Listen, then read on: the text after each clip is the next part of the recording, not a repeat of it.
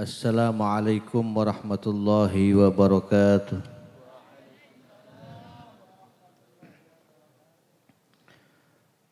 Bismillahirrahmanirrahim. Alhamdulillahilladzi ja'ala at-tafaqquha fid dini min ajallil qurbat. Wassalatu wassalamu ala sayyidis sadat. Sayyidina wa nabina wa maulana Muhammadin asyrafil bariyat wa ala alihi wa ashabihil qadat amma ba'du. Al-afadil, para masyayikh, para kiai, khususnya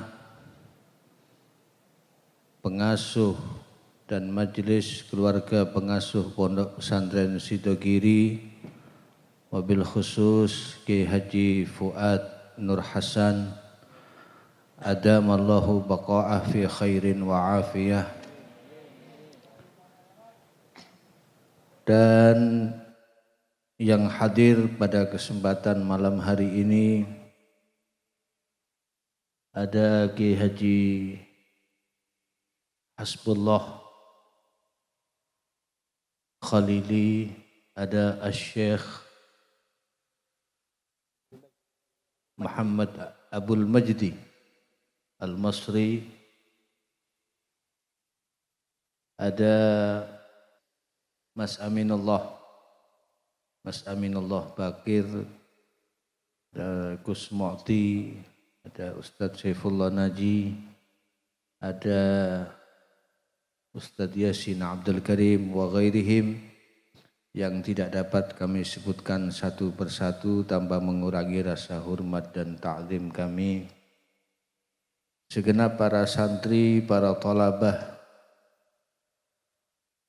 yang semoga diberkahi Allah Ta'ala dan dianugerahi ilman nafi'an mubaraka, amin ya rabbal alamin. Malam hari ini kita berkumpul di tempat ini dalam rangka merayakan Hari Santri Nasional 2023. Namanya Hari Santri, ya temanya berarti tentang santri.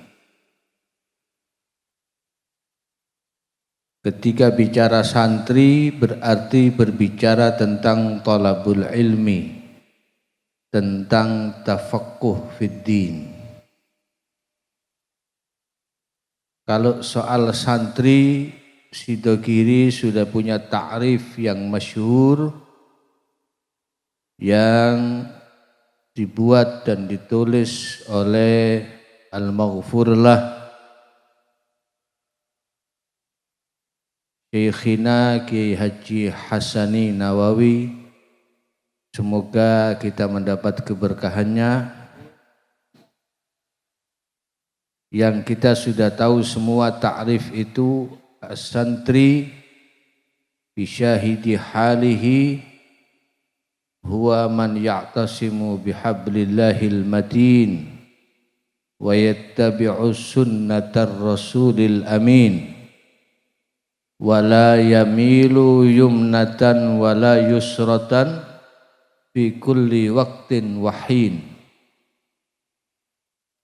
Hadza ma'nahu bis-sirati wal haqiqah la yubaddalu wala yughayyaru qadiman wa haditha wallahu a'lamu bi nafsil amri wa haqiqatil hal. Santri adalah yang berpegang teguh dengan tali Allah. Tali Allah itu ada yang memaknai Al-Quran, ada yang memaknai dinul Islam, ada yang memaknai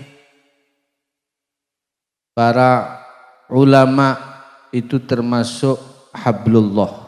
Banyak sekali makna-makna daripada hablullah, tali Allah yang kokoh itu. Intinya semua yang berhubungan dengan Allah, berhubungan dengan Rasulullah sallallahu alaihi wasallam, berhubungan dengan agama Islam adalah merupakan hablullahil matin. Kemudian santri itu selalu berpegang teguh dengan ajaran Ar-Rasulil Amin, sunnah-sunnahnya Sayyidina wa Maulana Muhammad sallallahu alaihi wasallam. Santri itu punya pendirian yang teguh, tidak condong ke kanan, tidak condong ke kiri, tidak tafrid dan tidak ifrat. Santri itu punya pemahaman yang tawassut sesuai dengan manhaj ahli sunnati wal jamaah, sesuai dengan manhaj as-salafis saleh. Bukan yang moderatnya kebablasan, juga bukan yang terlalu kebalikannya moderat, terlalu radikal juga bukan. Jadi tidak ke kanan, tidak ke kiri, tapi tengah-tengah sesuai dengan apa yang ditegaskan Allah Ta'ala dalam Al-Quran, bahwa kita dijadikan umat yang ummatan wasata litakunu syuhada'a 'alan nasi wa yakunar rasulu 'alaikum syahida.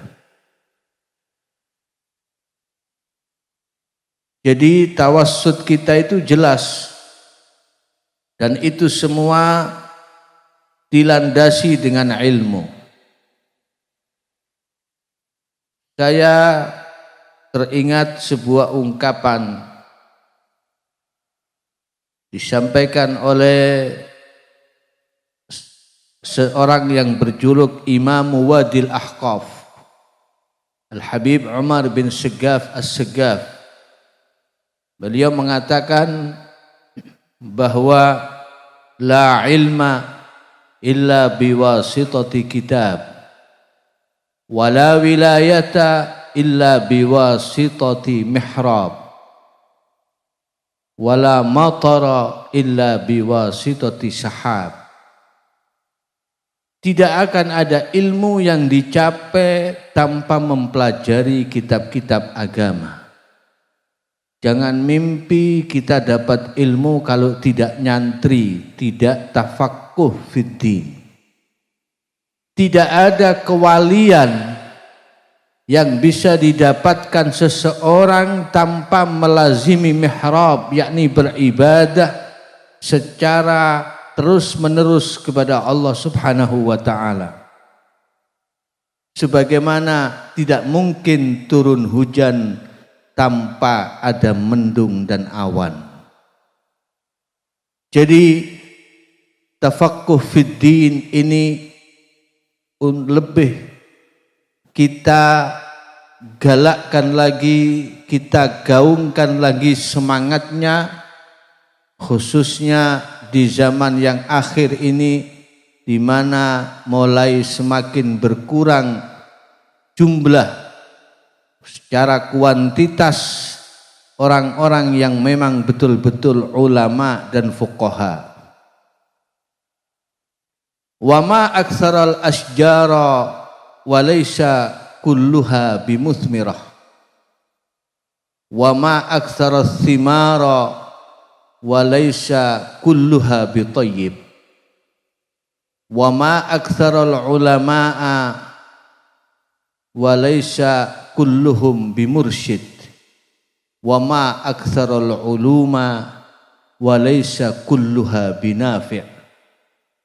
Begitu banyak pohon, tapi tidak semua pohon itu berbuah.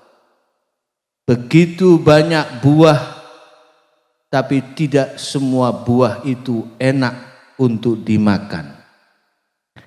Begitu banyak ilmu, tapi tidak semua ilmu itu bermanfaat. Begitu banyak ulama, orang-orang yang berilmu, tapi tidak semua ulama itu bisa disebut mursyid. Jadi dalam kesempatan hari santri yang baik ini, pertama saya ingin sampaikan pentingnya tafaqquh fiddin, dan itu harus dibarengi dengan semangat yang tidak pernah padam. Karena tanpa adanya semangat,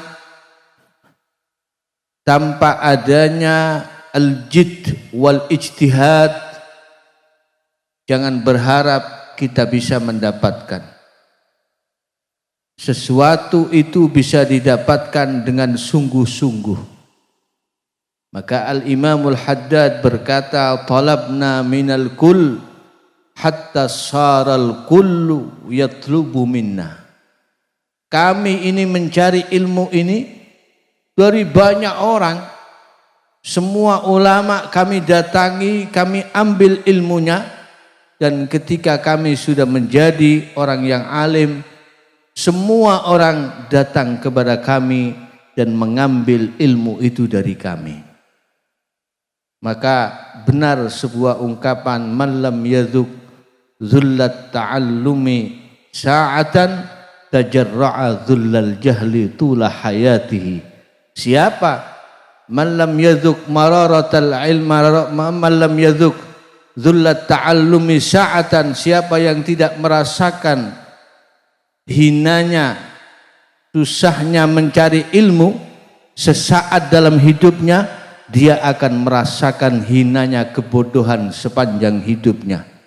Maka Ibnu Abbas radhiyallahu taala anhuma berkata, zuliltu taliba wa uzzistu matluba. Saya dulu ketika menjadi talib, menjadi pencari ilmu, saya merasa begitu banyak kehinaan, seakan-akan itu hina, hakikatnya bukan hina, tapi karena harus tirakat, harus ngaji, harus mutolaah, harus murojaah, harus nurut sama kiai, sama ustadz, sama santri, saling menghormati, kemudian harus mengikuti aturan-aturan pesantren. Itu sesuatu yang memang bagian dari di dalam perjuangan menuntut ilmu. Tetapi setelah Anda nanti jadi keluar dari pesantren ini, Anda berpindah dari talib, makamnya menjadi matlub, menjadi orang yang dicari. Di situ Anda akan mendapatkan izzah, mendapatkan kemuliaan dari Allah Subhanahu wa taala yang tiada tara. Tidak ada makam setelah nubuwah, setelah kenabian, melebihi makam derajat ilmu, derajat para ulama. Adna darajat min darajatin nubuwah adalah darajatul ulama, sebagaimana diungkapkan oleh Al-Imamul Ghazali rahmatullahi alaih. Karena itu lihat ulama-ulama dulu itu, mereka itu kalau cari ilmu itu enggak tanggung-tanggung. Kalau kita ini yang akhir zaman ini, santri-santri sekarang enggak ada apa-apanya dibandingkan orang-orang dulu. Mereka itu tidak ujuk-ujuk jadi orang alim, tapi mereka diawali dengan susah payah dulu. Murojaah, mutolaah, menghafalkan, memahami, itu bukan sesuatu yang mudah itu. Sampai diceritakan ada seorang alim besar, Al-Habib Muhammad bin Alawi Sahibul Amaim, dijuluki Sahibul Amaim. Amaim itu jamaknya imamah. Kenapa? Karena beliau itu kalau sudah murojaah, mutalaah malam hari itu istighraq. Dalam mutalaah saking nikmatnya baca kitab nggak terasa. Dulu itu belum ada lampu listrik seperti sekarang. masih lampu tempel yang pakai minyak itu tidak terasa semalam suntuk mutolaah imamahnya 13 terbakar. Jadi satu imamah terbakar, buang, ganti imamah lagi, mutolaah lagi, terbakar lagi imamahnya. Sampai 13 kali ganti imamah. Sehingga dijuluki Al-Habib Muhammad bin Alawi Sahibul Amaim.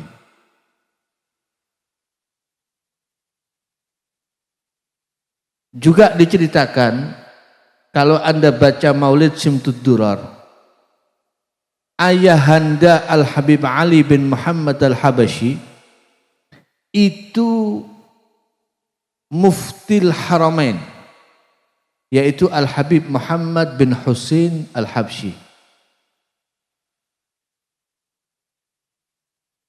Yang menarik itu adalah sejarahnya beliau menjadi ulama itu dulu ternyata ketika masih masa mudanya itu beliau kurang sungguh-sungguh ngajinya. Nyantrinya itu kurang temenan. Sehingga tidak begitu alim. Suatu saat beliau ini masih ABG, masih remaja, kepingin menikah, teroaka abinea, maka meminang putri dari seorang yang bernama Al-Habib Muhammad bin Qutban. Dipinang putrinya Al-Habib Muhammad bin Qutban. Sedangkan bapaknya perempuan yang dipinang ini tahu Habib Muhammad ini keturunan orang besar tapi ngajinya kurang temenan. Nah, beliau mau ngasih motivasi dengan cara menolak lamarannya. Kata Al-Habib Muhammad bin Qutban, anak saya tidak akan saya nikahkan dengan orang yang bodoh, yang tidak berilmu. Wah, akhirnya lamaran pun ditolak. Ada istilahnya itu apa? Menang apa? Menang rupa kala apa nih? Menang kala rupa menang wirid. Kala wirid mondok maneh. Jadi akhirnya beliau itu gara-gara lamarannya ditolak, mondok lagi, ngaji lagi, kesana kemari, setiap ada ulama datang belajar sampai khatam, sampai hatta sara min kibaril ulama.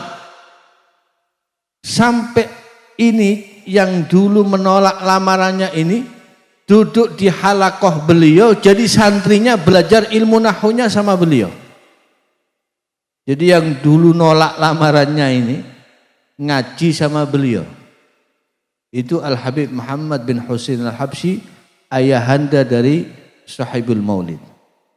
Itu orang-orang dulu itu luar biasa tafakuhnya fiddin itu.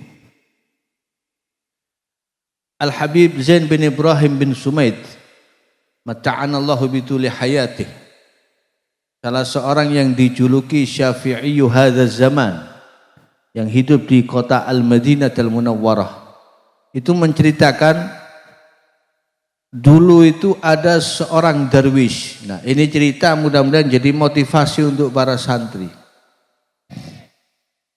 Ada darwish. Darwish itu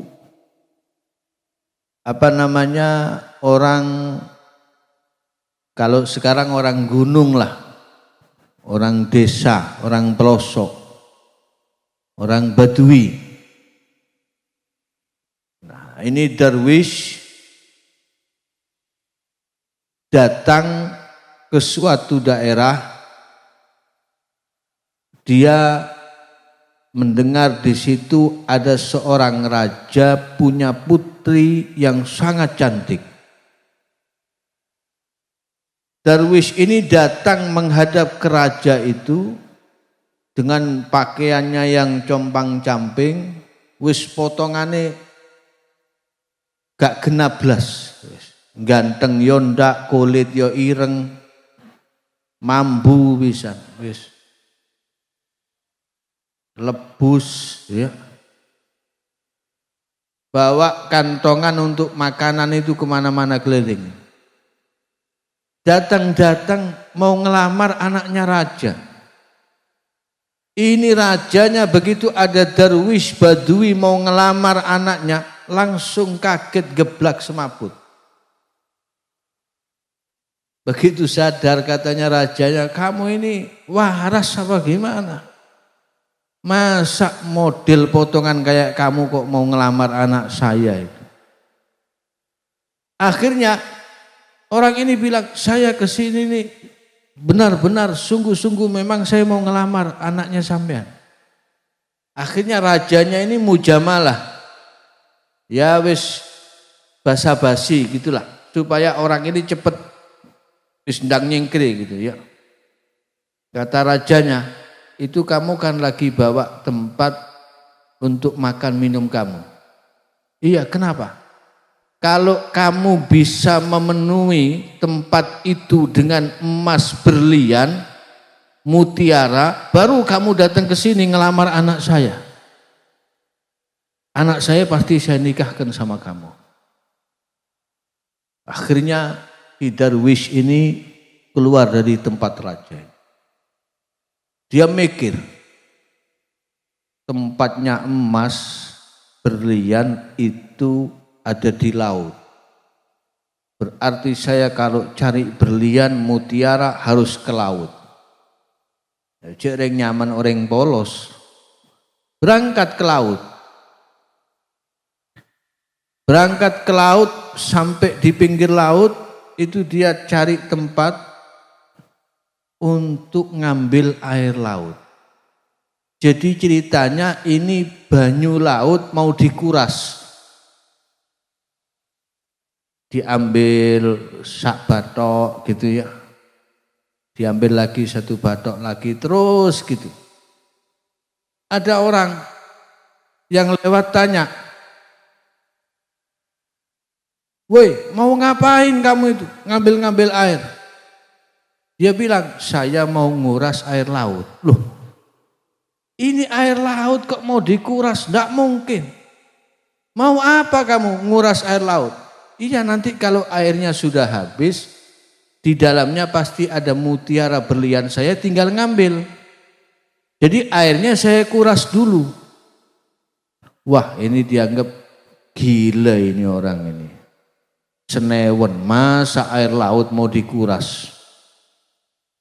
Tapi namanya orang memang punya kesungguhan, hatinya polos, dia sungguh-sungguh.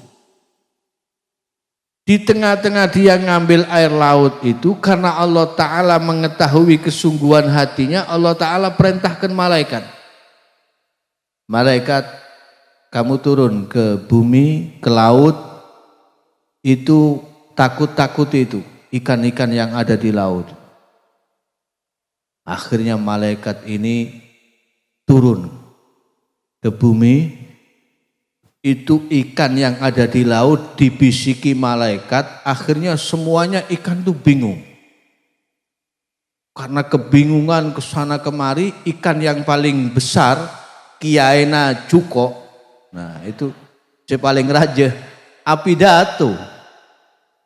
Katanya kiainya ikan ini, wahai ikan-ikan yang ada di laut, ini di atas di daratan sedang ada orang gila mau nguras air laut.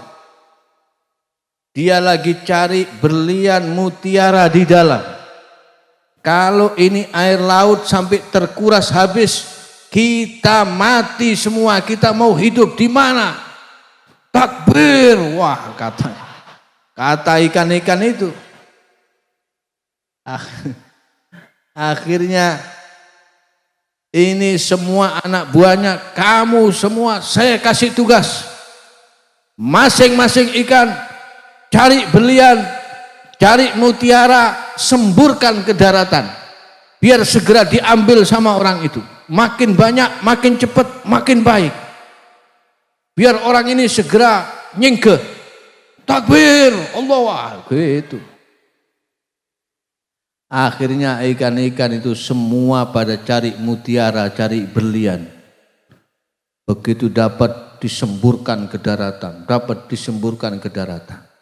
Nyaman karingala, diambil, masukkan ke kantongnya. Lama-lama penuh sampai tumpah-tumpah. Begitu sudah penuh, dia balik lagi ke istana raja itu sambil membawa intan berlian yang luar biasa. Rajanya kaget, semaput lagi. Dilihat ini kok asli, ini bukan imitasi, asli. Akhirnya mau tidak mau karena sudah janji. Seorang darwish bisa menikah dengan putri raja karena kesungguhan. Nah ini, jadi betul manjadda wajadda wajada. Orang kalau sungguh-sungguh pasti akan hasil. Jadi ini para hadirin. Yang harus ditiru ini kesungguhannya ini. Ya. Jaddanya itu yang harus ditiru.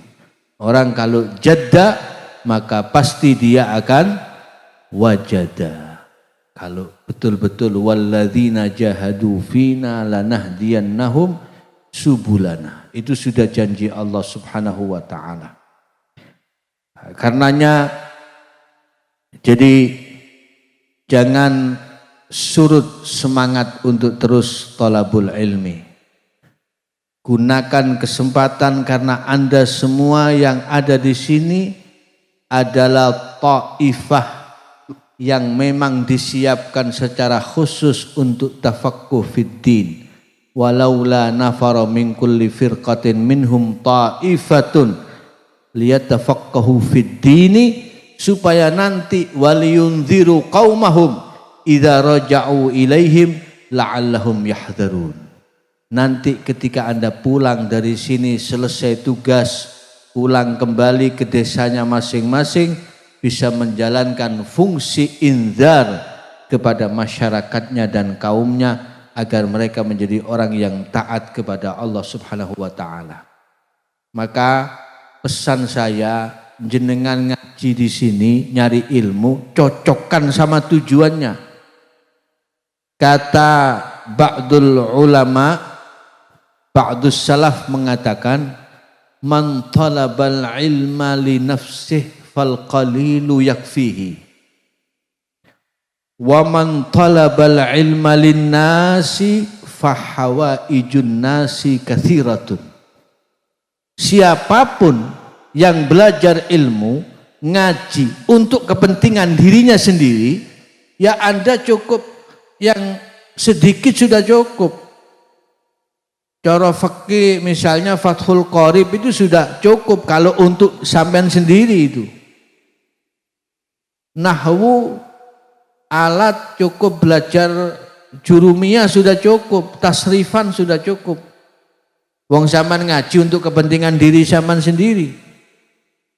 Tapi kalau ngajinya sampean, mondoknya antum semua di sini untuk kepentingan supaya bisa bermanfaat kepada masyarakat, ketahuilah bahwa hajatnya masyarakat itu banyak. Kepentingannya masyarakat itu banyak. Mungkin nanti Anda akan ditanya soal najis, soal suci, Anda akan ditanya soal haid, nifas, Anda akan ditanya tentang hukum waris, faraid, Anda akan ditanya tentang fiqhus siyasah, apalagi mau pilpres. Mungkin orang datang minta fatwa. Ya, Anda akan ditanya tentang banyak hal oleh masyarakat. Lah itu kalau tidak punya ilmunya, gimana mau jawab? Mondok sudah bertahun-tahun, pulang, terus tidak bisa jawab problematika masyarakat. Maka Anda akan malu dan dipermalukan. Jadi ini tanamkan dalam diri Anda, kalau Anda mencari ilmu untuk memberi solusi hukum kepada masyarakat, ketahuilah hawaijun nasi katsiratun, bahwa keperluan hajat masyarakat itu akan sangat banyak sekali. Maka itu yang harus kita tanamkan dalam diri kita, sehingga kita akan terus tabahhur, ta'ammuk dalam ilmu berbagai fan. Semua kita pelajari supaya kelak kita bisa menjawab problematika masyarakat kita. Maka para santri sekalian yang dirahmati Allah, di hari santri ini tentunya selain kesungguhan dalam mencari ilmu, ketahuilah bahwa futuh itu akan datang dari Allah Subhanahu wa taala ketika kita punya rasa takzim yang sungguh-sungguh kepada guru-guru kita. Dulu itu orang-orang itu, para ulama itu takzimnya kepada gurunya luar biasa. Sampai anaknya Harun ar-Rasyid itu ada namanya Al-Amin wal Ma'mun. Al-Amin wal Ma'mun ini punya guru Al-Kisai. Itu kalau sudah gurunya, beliau ngaji kepada gurunya, itu dua anak ini bersaudara rebutan untuk menata sandalnya gurunya. Jadi nepakno sandalnya guru itu sampai berebut dua anak ini. Dan ini dulu Imam Malik bin Anas, Imamu Daril Hijrah ini, itu ketika Harun ar-Rasyid mendengar kabar tentang Imam Malik, itu beliau mengutus Al-Barmaki untuk datang kepada Imam Malik, bilang, katanya Harun ar-Rasyid waktu itu jadi seorang raja. Kata Harun ar-Rasyid, sampaikan kepada Imam Malik, saya minta dia datang ke istana saya untuk ngajari anak-anak saya membacakan kitab Al-Muwatta. Nah ini kan coba kira-kira kalau Anda pikirin, ada presiden pejabat ngutus seseorang minta kiai datang ke rumahnya untuk ngajari anaknya, bagus apa enggak? Sae apa tak sae? Tapi apa jawaban Imam Malik kepada utusannya Harun ar-Rasyid Al-Barmaki? Katakan kepada Harun ar-Rasyid, al-ilmu yuzaru wala yazur wal ilmu yu'ta wala ya'ti. Ilmu itu didatangi bukan datang. Kalau rajamu, presidenmu mau ngaji, suruh datang ke sini, jangan saya yang disuruh datang ke sana. Itu Imam Malik. Sampai oleh Harun ar-Rasyid, kitabnya pernah mau disponsori gratis. Ini Imam Malik gak pernah bikin proposal padahal. Tapi Harun ar-Rasyid yang kepengen, ini kitab sampean saya promosikan biar dibaca di seluruh penjuru dunia. Apa kata Imam Malik? Tidak, jangan. Orang lain mungkin punya madhab yang tidak sama dengan saya. Orang lain mungkin punya guru yang berbeda dengan saya. Mungkin punya kitab yang tidak sama dengan kitab saya. Beliau tidak berkenan. Kalau sekarang malah arbuan proposal. Pesantren kadang-kadang Masya Allah rebutan minta bantuan pemerintah. Ya, bikin ini mengandalkan bantuan pemerintah. Ulama-ulama dulu enggak mau. Dan ini orang-orang dulu yang model-model begini, ini yang berkah ilmunya ini. Makanya kalau doa pasti mustajab. Ya, pasti mustajab. Ini kalau sekarang Masya Allah malah rebutan jadi tim sukses, ya. Jadi tradisi ulama-ulama dulu ini yang alhamdulillah sampai sekarang kita lihat masih hidup di Sidogiri. Sidogiri satu-satunya pesantren yang tidak mau menerima bantuan pemerintah, betul gitu. Ini terus dipertahankan supaya santrinya ilmunya tetap berkah. Bukan kita nganggap itu tidak baik, bukan kita nganggap terus ngajak musuhan kepada pemerintah, enggak.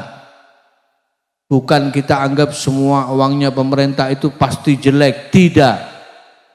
Tapi ini tradisi keilmuan yang memang bersambung dari guru-guru kita yang harus kita pertahankan. Karena seseorang itu bagaimana mungkin akan bisa beramar ma'ruf nahi mungkar kalau tidak mandiri. Kalau sudah pesantren dibantu sama kepala daerah, nanti kepala daerahnya melakukan kesalahan, kemungkaran, mau negur malu. Begitu Anda mengingatkan nahi mungkar, kata bupatinya, kata gubernurnya, kata presidennya, wong pondoknya aja saya bantu kok mentang-mentang mau negur saya. Wong madrasahnya aja ngajukan proposal ke saya, jadinya bisa terbangun ya karena uang saya, kok sekarang mau sok-sokan negur saya. Lah terus kalau dibegitukan gimana kita? Karena kita tidak mandiri. Anda lihat ulama Indonesia terakhir yang mendunia, Asy-Syaikh Yasin Al-Fadani, itu musnidud dunia. Itu beliau di rumahnya punya toko kelontong kecil-kecilan. Beliau kerja, beliau cari rezeki sendiri, beliau tidak mau bantuan pemerintah. Ini ulama-ulama dulu itu seperti itu. Karena rizkinya tertib sehingga mereka berani untuk menyuarakan kebenaran. La yakhafu laumata laim. Inilah yang perlu kita camkan dan itu sesuai dengan takrif yang dibuat oleh guru kita Syekhina Ki Haji Hasani rahmatullah alaih, yang semoga kita mendapat keberkahannya. Ini hari santri sebenarnya hasanatun min ba'di hasanati Jokowi. Betul ya? Hasanatun min ba'di hasanati Jokowi. Jadi dulu yang orisinil, ya ini saya kasih tahu, tinggalan NU yang orisinil, tapi sekarang sayangnya tidak dihidupkan lagi. Kiai Haji Hasyim Asy'ari, muassis NU, itu dulu menetapkan tanggal 27 Rajab sebagai Yaumu Palestin. Anda bisa lihat sejarahnya. Ditetapkan sebagai Hari Palestina.